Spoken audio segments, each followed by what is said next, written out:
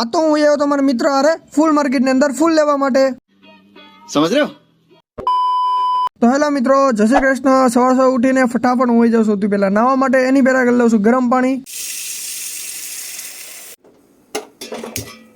15 થી 20 મિનિટ ઘસી નાઈને તમારો ભાઈ થઈ જશે એકદમ રેડી. નાઇસ.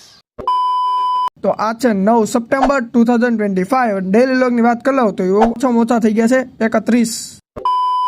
તૈયાર થઈને પછી જેવો જ ઘડિયાળમાં જોશું એટલે વાગી ગયા સવારના 7 ને આપણે જવાનું છે કોલેજ. એટલે બેગ લઈને ફટાફટ હું ને મારા મિત્ર બે વહી જાવી છે કોલેજ જવા માટે. અહીંથી કોલેજ થાય છે 10 કિલોમીટર દૂર. 30 મિનિટ પછી પૂગી જાવી છે, 2 લેક્ચર ભરવી છે. એની પછી અમે બે નીકળી જાય છે પાછા ઘરે જવા માટે. એની પહેલા પ્રોગ્રામ બની જાય છે કંઈક ખાવા જવાનો, એટલે આપણે નીકળી જાય છે ખાવા જવા માટે. અને બધી જ દુકાન બંધ હતી. પછી છેલ્લે આપણે એક કામ પતાવવાનું હતું, ફૂલ લેવા જવાના હતા. એટલે ફટાફટ વહી જાય છે ફૂલ માર્કેટમાં ફૂલ લેવી છે. એની પછી પાછું આપણું બુલેટ શરૂ કરીને આપણે વહી જાય છે ઘરે જવા માટે. અને ઘરે આવતા જ તે વાગી જાય છે બપોરના 12 અને આપણે ખાવાનો ટાઈમ થઈ ગયો તો એટલે બેસી જાય છે બપોરનું ખાવાનું ખાવા માટે.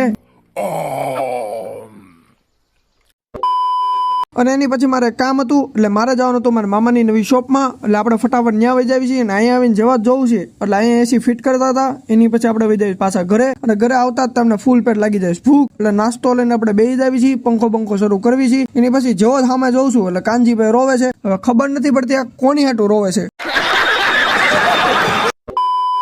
એની પછી આજે આવ્યા હતા ગ્રીલ ને પોલિશ કરવા વાળા, જેને 50% કામ તો કમ્પ્લીટ કરી લીધું છે. હવે ખબર નથી પડતી કે આગળનું 50% ક્યારે કમ્પ્લીટ કરશે.